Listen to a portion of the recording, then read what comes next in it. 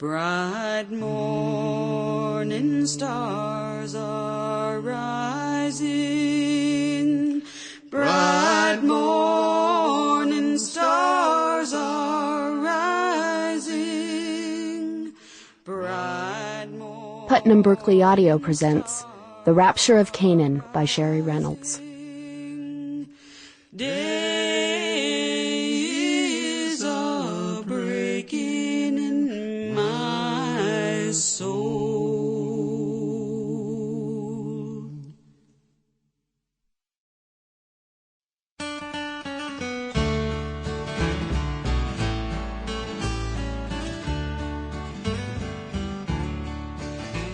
I've spent a lot of time weaving, but you'd never know it from my hands.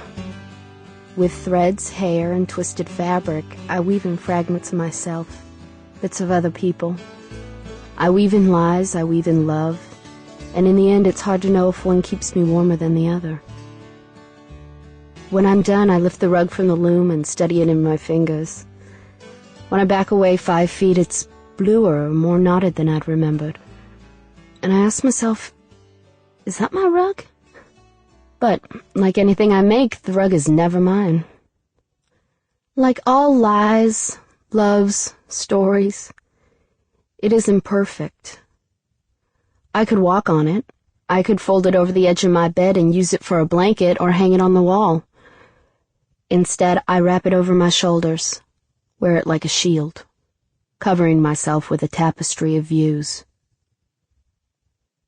Tell me the story, Nana, I used to beg my grandma, leaning against her in the porch swing, my head nuzzling into that space where her long arm connected to the shoulder, and she'd wrap that arm around me and rub my thigh as though it were a wrinkled napkin that she could straighten out if she worked on it long enough. Afternoons in summer with curing tobacco sweetly ambering on the edge of a breeze and my Nana holding on to me and waving gnats away from my face. Those were the afternoons that made me love my Nana the best, even though she admitted to being a liar. You don't want to hear that old story. Herman should have never put it in that sermon. You'd think the man would know better with little children listening. Please tell it. You tell it better than Grandpa.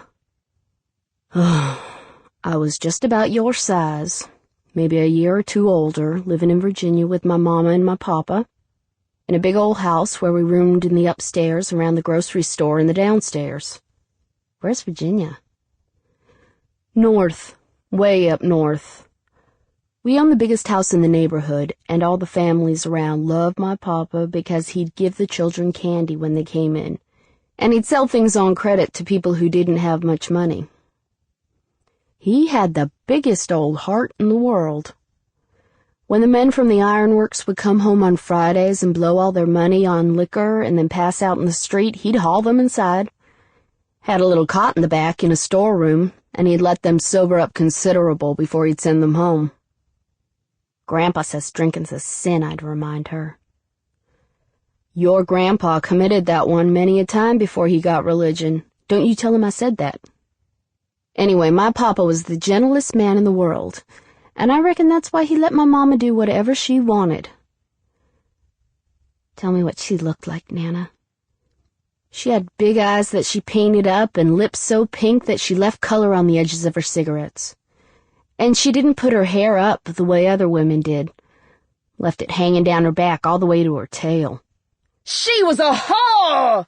I'd yell out the way I'd heard my grandpa yell out in church meetings. Your grandpa has a name for everything, but he ain't always right, Nana'd insist. Don't you tell him I said so. She was a wicked woman! I'd yell again and laugh. Weren't never wicked to me, Nana'd say. I'm just teasing, Nana, I promised, burying my face in her breast.